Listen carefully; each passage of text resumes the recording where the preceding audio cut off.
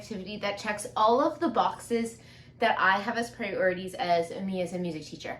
Assessment, teaching concepts, movement, engaging and fun for the kids. So this activity checks all of those boxes. What is the activity? Write the room. Now, if you're new around here, hi, my name is Jana. I am a kindergarten to grade 6 elementary music teacher and a grade 7 and 8 instrumental music teacher this year.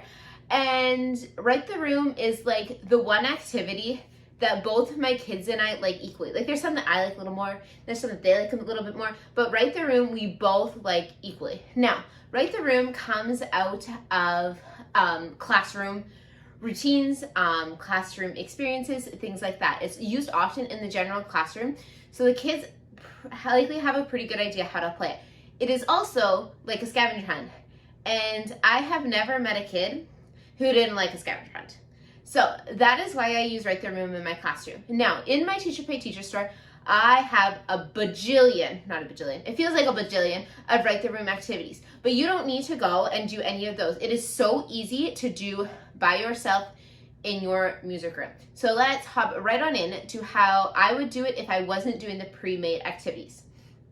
So when I started using Write the Room in my music room, I didn't have my activities pre-made. So I essentially just made something work. So I took rhythm flashcards or rhythms on a whiteboard, and I would put them around the room, and I'd give them each a number. Then I would give students a piece of paper, or even have them make their own piece of paper and write the numbers 1 to 10, and then have them walk around the room, clap the rhythms on the card, and write the rhythm on their paper. And it was a super great way for me to see who could work independently. It was a great way for me to check in with students as they were walking around the room to see who could clap rhythms. And when they submitted the paper, it gave me some great evidence as who could write rhythms and form notation properly. That was great. So then I did it with solfege. And I would put solfege cards around the room, and I would either do like solfege that were on the staff, put numbers on them, and have the students write down the letter name. So if it was like so me on the staff, then they would write on their paper S-M-S-M.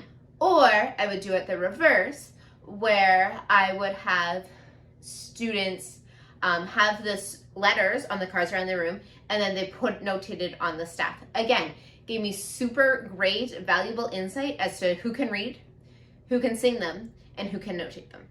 Another fantastic form of assessment. But if you've been around here a little bit, you know that I like to do everything with a seasonal twist. So then I started making seasonal Write the Room activities. So in my Teacher Pay Teacher store, and I will link the whole like gamut of them down below, I have a whole bunch of different Write the Rooms for different seasons. And when I started to do them seasonally, I changed slightly the way that I did my rhythm Write the Room, to being that I used seasonal words as a way to teach the rhythm. And that's how I teach rhythm to begin with. Like when I start teaching rhythm, we use the book Orange Pear, Apple Bear, which I'll link down below. There'll be a whole video coming about it soon. That's how we start. And then we look for syllables and words and translate them to rhythms. So for instance, for the rhythm Write the Room, the students would look for number 16 if this was the fall one, and they would have raking leaves, ticka ticka, and then they would put on their chart a ticka ticka next to number 16. So in my packets, there is the ones that have the rhythms on there, and there are also ones that don't have rhythms that look like this one for hey. So then it would be students' job to figure out how many syllables, how many sounds I tell them is in the word hey. Hey, ta. So then they would hear one sound to me when I'm in grade 1 means ta. So then next to number 7 on my recording sheet, I'm gonna put a ta. And that is how I changed my rhythm Write the Room to more match for my younger students with how I teach rhythms. Then when I was doing this, I also made seasonal ones with rhythms already to go. So for instance, this would be the ticka ticka version. I would hang up this card with the apple around my room, and then the students would find it, and next to the apple on the sheet, they would write the rhythm. I still expect my students to clap the rhythm and write it. So it gives me that same evidence that I talked about before. Can they read it? Can they write it? And then they would go around the room.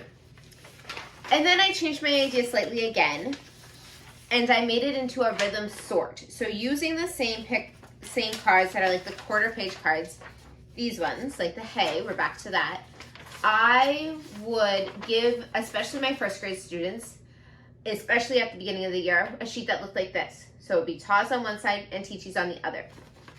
So then they don't have to worry about matching up the number. Their primary goal is to decide if this is Ta or TT and write the word in the right column.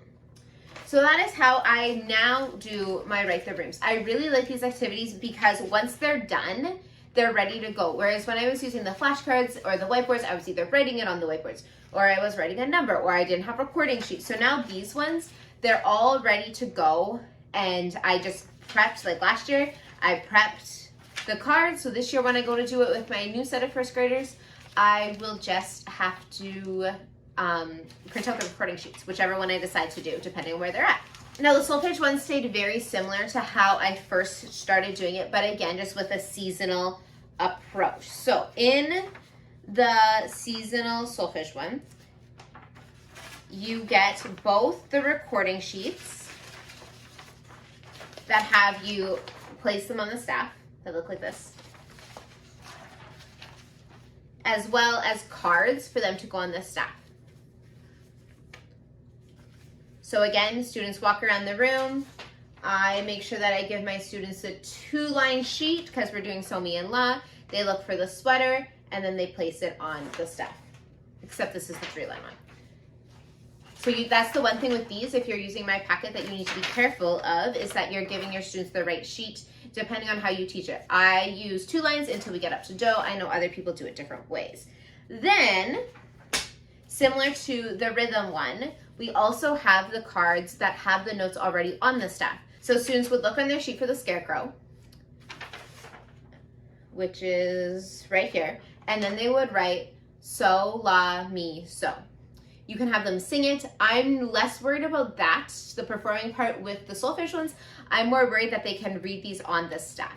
So again, it gives you both options in all of my write the rooms of how you want to present it to your students. If you want to have them notate it, or if you want to have them read it, and etc. Now, the other thing that is super great about my write the room products compared to other ones that I've seen for other concepts or other curriculums is you get all of the music skills in the entire product. So in the solfege product, you get ones for So and Mi, So, Mi, La, So, Mi, La, Do, Mi, Re, Do, and pentatonic. So you get 5 in there. And then in the rhythm ones, you get the first part that is matching like rhythms to words.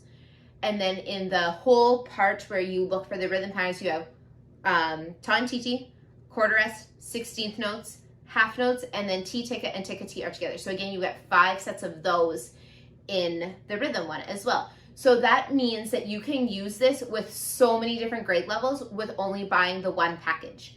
So that is, I find super helpful because then I just print off a whole bunch of them, laminate them, and then I just switch them out. So if grade 1's doing it this day, then I'll have all of their cards up and then I'll switch them out for 3rd grade, things like that. I find that works really well for me with Write the Room. Like I said, Write the Room is the one activity that both my students and I like equally. Like there's definitely things that I prefer to teach and that they prefer to do, but Write the Room is where we meet in the middle. It is a tried and true center activity for me. We've likely done it enough that if I really needed to, I could leave it for a sub. Sometimes I will have students ask for it on their choice day. All of those different things just prove how valuable of an activity this is that I use in my classroom. So, like I said, I have a whole bunch of them in my TPT store, but you do not need to buy them to do the Write the Room, to do a Write the Room. But in case you want something that's easy, ready to go, and that is like able to use time and time again, year after year, go check the link in my description with all of the ones from my Teachers Pay Teachers. And until next time, I will see you later. Bye.